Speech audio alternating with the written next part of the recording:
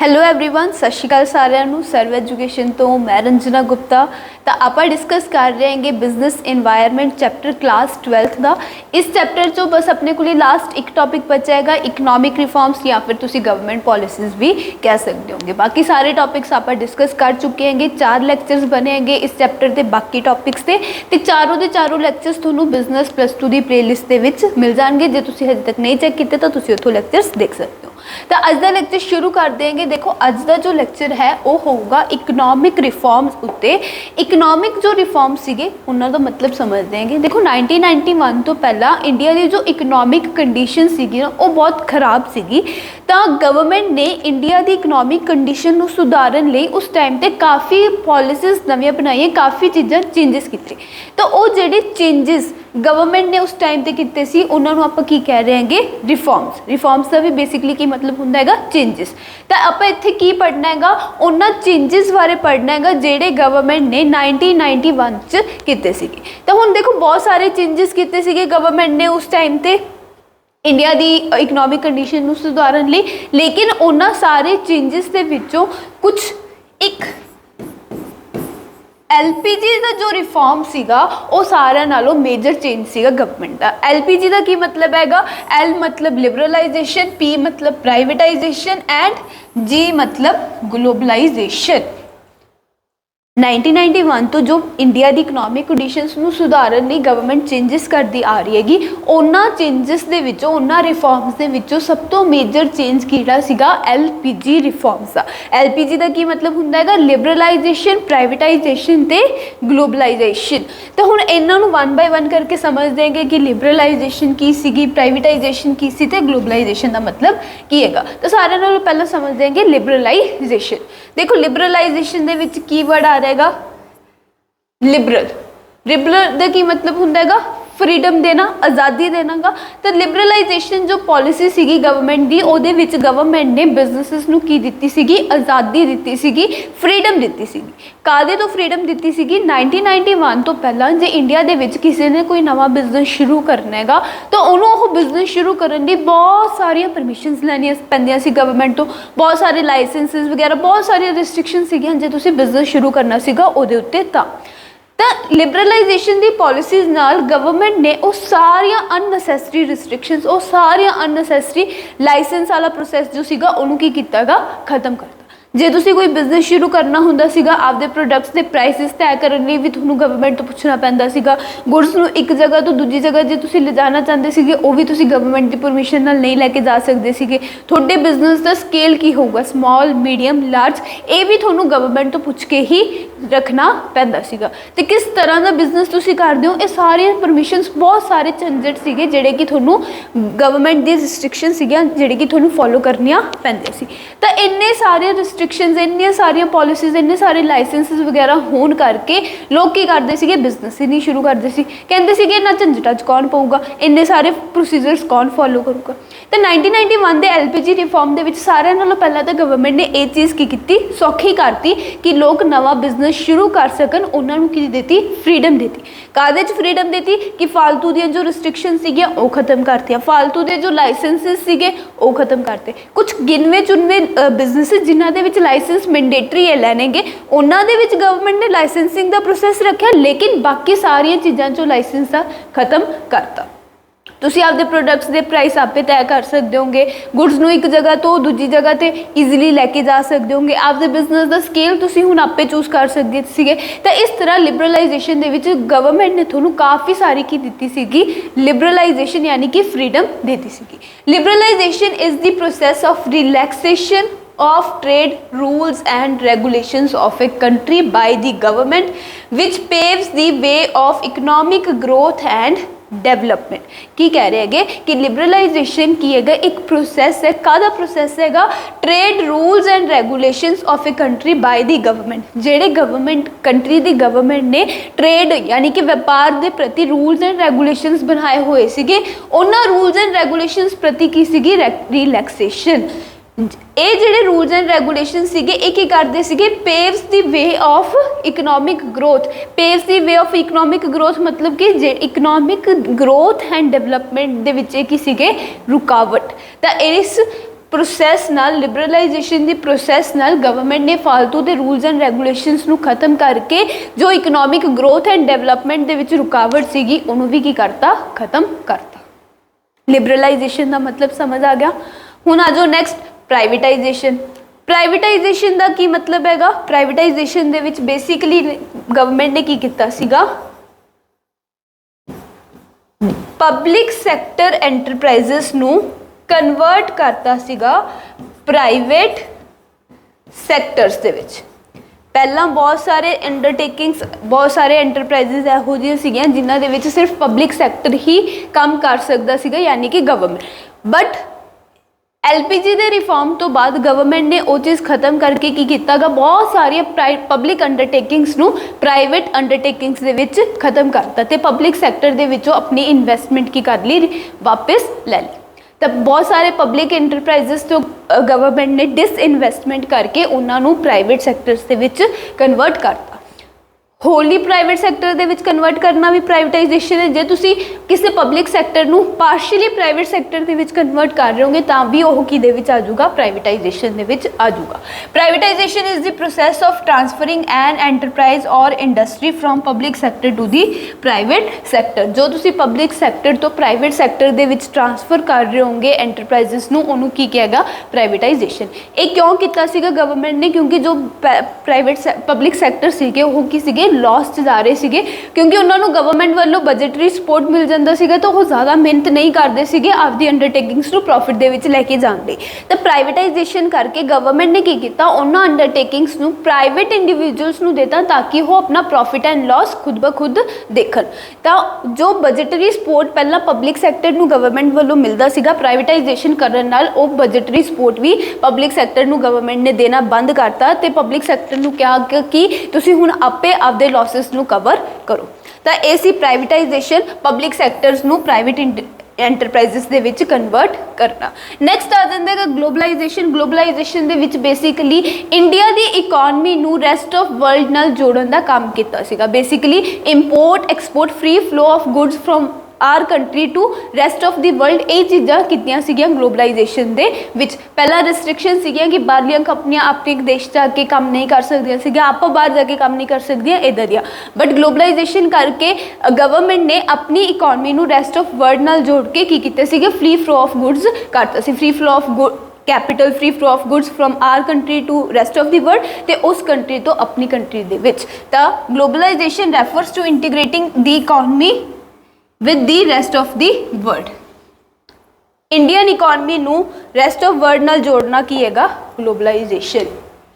Clear हो गया गल? हुण लिबरलाइजेशन, प्राइवेटाइजेशन, ग्लोबलाइजेशन की हुंदी हैगी, क्लीयर होगी। LPG दी पॉलिसी। दैन नैक्सट अपने को टॉपिक है इंपैक्ट ऑफ गवर्नमेंट पॉलिसीज़ या government policy changes on businesses and industries. हुण जिहड़े आपां ये गवर्नमेंट दी पॉलिसीज़ पढ़ के आए हैं LPG, इदां दे होर भी बहुत सारे गवर्नमेंट ने चेंजिस कीते सीगे। इन्हां दा बिजनेसिस ते इंडस्ट्रीज दे उत्ते की इंपैक्ट पियागा आपां ओह टॉपिक डिस्कस करांगे। सारिआं नालों पहला पॉइंट की हैगा increasing competition.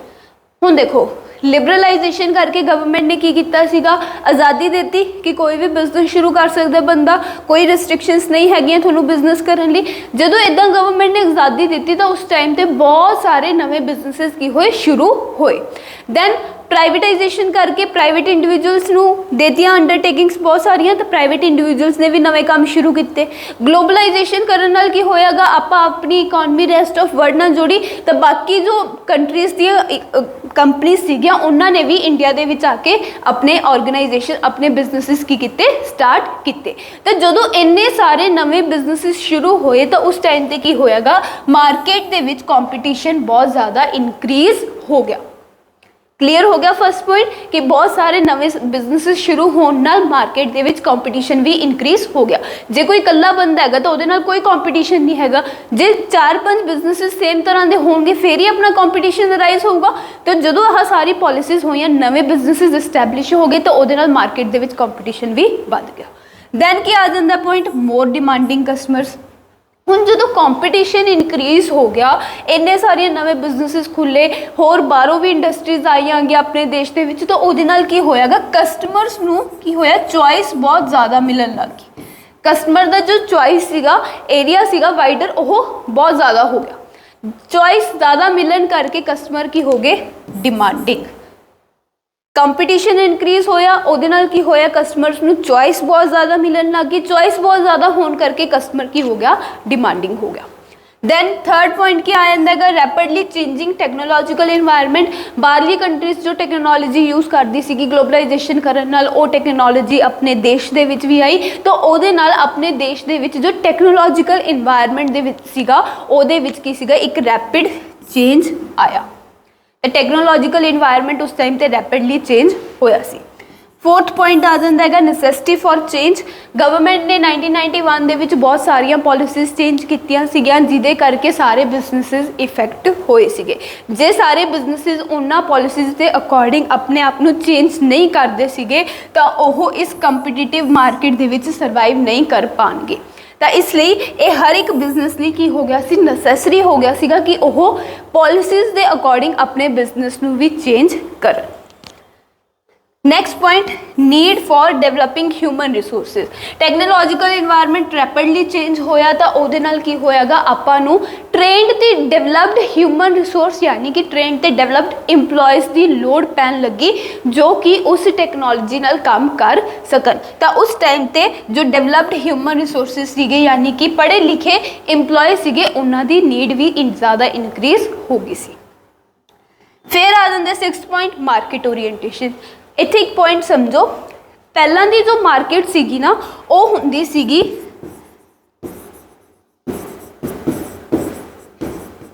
Product ओरीएंटेड market. Economic reforms आने तो पहला जो मार्केट हुंदी सी वो हुंदी सीगी प्रोडक्ट ओरीएंटेड मार्केट, लेकिन इन्नी सारी पॉलिसीज़ चेंज होने तो बाद मार्केट की होगी मार्केट ओरीएंटेड। हुण प्रोडक्ट ओरीएंटेड ते मार्केट ओरीएंटेड का की मतलब हैगा। प्रोडक्ट ओरीएंटेड जिहड़ी थ्योरी हैगा उहदा ये मतलब हैगा कि पहला प्रोड्यूसर जो सीगा वो कुछ भी प्रोड्यूस करदा सीगा ते मार्केट च जाके उहनूं सेल कर दिंदा सीगा, कस्टमर्स खरीद लैंदे सी। बट अजकल की होया कंपीटीशन इन्ना इनक्रीज होने करके कस्टमर ज़्यादा डिमांडिंग हो गए, तो हुण प्रोड्यूसर्स नूं की करना पैंदा सीगा कि जो वो प्रोड्यूस करते सीगे कस्टमर खरीददा नहीं सीगा, बल्कि उन्हां नूं पहलां जाके मार्केट ओरीएंटेशन करनी पैंदी सीगी। मार्केट ओरीएंटेशन का की मतलब हैगा कि मार्केट च जाके इंफॉर्मेशन इकट्ठी करनी पैंदी सीगी कि कस्टमर्स की की डिमांड है, की उन्हां दी नीड्स ने, की उन्हां दी वांट्स ने। ये सारी इंफॉर्मेशन इकट्ठी करके फिर प्रोड्यूसर चीज़ प्रोड्यूस करते दैन उन्होंने मार्केट दे विच सेल करता है। तो प्रोडक्ट ओरीएंटेड जो थ्योरी सीगी वो खत्म हो गई सीगी कि जे तुसी आपदी मर्जी नाल कोई भी प्रोडक्ट बना दोगे तो वो थोड़ा मार्केट दे विच नहीं बिकूगा, थोनों पहला जाके मार्केट की सर्च करनी पऊगी कि कस्टमर्स की की डिमांड है, की वांट्स ते नीड्स है। दैन ता करके उस टाइम ते मार्केट ओरीएंटेशन थ्योरी चलन लग गई सी, प्रोडक्ट ओरीएंटेड थ्योरी खत्म हो गई सी। लास्ट पॉइंट हुणे आप डिस्कस किया loss of budgetary support to the public sector. Privatisation करन तो बाद गवर्नमेंट ने पब्लिक सैक्टर एंटरप्राइजिस नूं कहा कि जे हुण तुहानूं लॉस आऊगा तो असीं तुहानूं आपदे बजट दे विचों सपोर्ट नहीं करांगे, तुहानूं मेहनत करके आपदे एंटरप्राइजिस नूं प्रॉफिट मेकिंग बनाना पऊगा। तो एक नुकसान होया सीगा पब्लिक सैक्टर एंटरप्राइजिस नूं कि उन्हां नूं आपदा लॉस खुद ही कवर करना पिया सीगा, गवर्नमेंट उन्हां नूं सपोर्ट करना बंद कर तो कुछ इंपैक्ट पेगे गवर्नमेंट पॉलिसीज़ के। सारे नालों पहला कंपटीशन बहुत ज़्यादा इनक्रीज़ हो गया, दैन कस्टमर्स की हो गए बहुत ज़्यादा डिमांडिंग हो गए, टैक्नोलॉजिकल इन्वायरमेंट बहुत रैपिडली चेंज होया तो एक हर एक बिजनेस लिए नैसेसिटी हो गई सीगी कि वो आपके बिजनेस नूं चेंज करन, जे नहीं करते सी तो वो सर्वाइव नहीं कर पाते। दैन फिर की हैगा आपां नूं पढ़े लिखे डेवलप्ड ह्यूमन रिसोर्सिस इंप्लॉयज़ की लोड़ पई ताकि वो टैक्नोलॉजिकल इन्वायरमेंट नाल डील कर सकन, उस टैक्नोलॉजी ते काम कर सकन। फिर मार्केट ओरीएंटेशन थ्योरी चलन लगी कि पहला प्रोड्यूसर जाके मार्केट दे विच रिसर्च करे की चल रहा की नहीं चल रहा, दैन उहदे अकॉर्डिंग प्रोडक्ट्स तैयार करे। फिर पब्लिक सैक्टर नूं की सीगा गवर्नमेंट ने सपोर्ट करना बंद करता सी। तो ये इंपैक्ट सीगे गवर्नमेंट पॉलिसीज़ दे बिजनेसिस ते इंडस्ट्रीज दे उत्ते। लास्ट टॉपिक है हुण अपने कोले managerial response to changes in business environment. हुण इन्हां चेंजिस प्रति मैनेजर्स का की रिस्पॉन्स होया। सारे नालों पहला की रिस्पॉन्स होएगा ब्रांड बिल्डिंग। इन्ने सारे पॉलिसी चेंजेस, इन्ने सारे चेंजेस होने नाल बिजनेस ने की किया, मैनेजर्स ने की किया, आपदे प्रोडक्ट की ब्रांड बिल्डिंग करनी शुरू करती। सारे ने आपदे प्रोडक्ट की ब्रांडिंग करनी शुरू करती, एक ब्रांड नेम रखा तो उस ब्रांड नेम ते एडवरटाइज करके ब्रांड नूं वड्डा बनाने ते काम करना शुरू किया। दैन की सीगा कस्टमर फोकस। हुणे आपां पढ़ के आए हैं मार्केट ओरीएंटेशन। तो मैनेजर्स का रिस्पॉन्स की सीगा इन्हां चेंजिस प्रति कि वह कस्टमर्स की डिमांड्स ते कस्टमर्स की वांट्स से ज़्यादा फोकस करते सीगे रैदर दैन कि वह की प्रोड्यूस कर रहे। पहला वो देखते सीगे कि कस्टमर्स नूं की चाहिए, दैन उहदे अकॉर्डिंग वो चीज़ प्रोड्यूस करते। फिर आ जाता है डाइवर्सिफिकेशन स्प्री। इन्ना कॉम्पीटिशन इंक्रीज होने करके बिजनेसिस ने की किया, आपके बिजनेसिस दे विच डाइवर्सिफिकेशन की। डाइवर्सिफिकेशन का की मतलब है कि तुसी किसी एक प्रोडक्ट ते नहीं खड़े हुए, तुसी आपदे प्रोडक्ट्स नूं, आपदे ऑपरेशंस नूं बहुत सारे पार्ट्स दे विच की किया, डिवाइड किया। मतलब कि अलग अलग नवीं नवीं चीज़ां शुरू कीतियां। जिवें कि यार जे आपां रिलायंस की एग्जाम्पल लिए तो रिलायंस की है हुण एक काम नहीं करता, बहुत सारे अलग अलग काम करदा है। तो ये की सीगी डाइवर्सिफिकेशन है कि तुसीं आपदे बिजनेस नूं अलग अलग कामां दे विच, अलग अलग प्रोडक्ट्स दे विच की कर रहे होंगे, एक्सपैंड कर रहे होंगे, ग्रो कर रहे होंगे।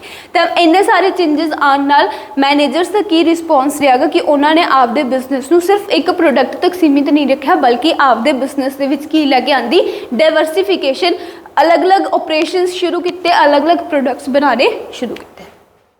फिर आ जाता है कंसोलीडेशन ऑफ मल्टीनैशनल्स। कंसोलीडेशन ऑफ मल्टीनैशनल्स का की मतलब है कि जदों ग्लोबलाइजेशन हुई सी तो आपां की कहता सीगा ਉਹਦੇ ਨਾਲ ਕੀ ਹੋਇਆਗਾ, जो ਬਾਹਰਲੀਆਂ कंट्री ਦੀਆਂ कंपनी ਸੀਗੀਆਂ ਉਹਨਾਂ ਨੇ भी आके इंडिया ਦੇ ਵਿੱਚ ਜੁਆਇੰਟ ਵੈਂਚਰ ਦੇ ਵਿੱਚ ਕੰਮ शुरू ਕੀਤੇ।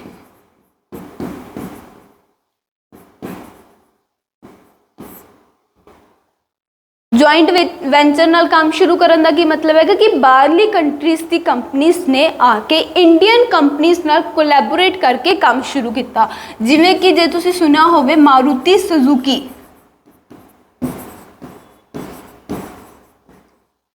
सुजुकी जो है वो जापान की कंपनी है तो मारुति जो है वो इंडियन कंपनी है। तो इदा ग्लोबलाइजेशन करने नाल बहुत सारिया मल्टीनैशनल कंपनीज़ ने इंडियन कंपनीज़ नाल कंसोलीडेट करके काम शुरू किया।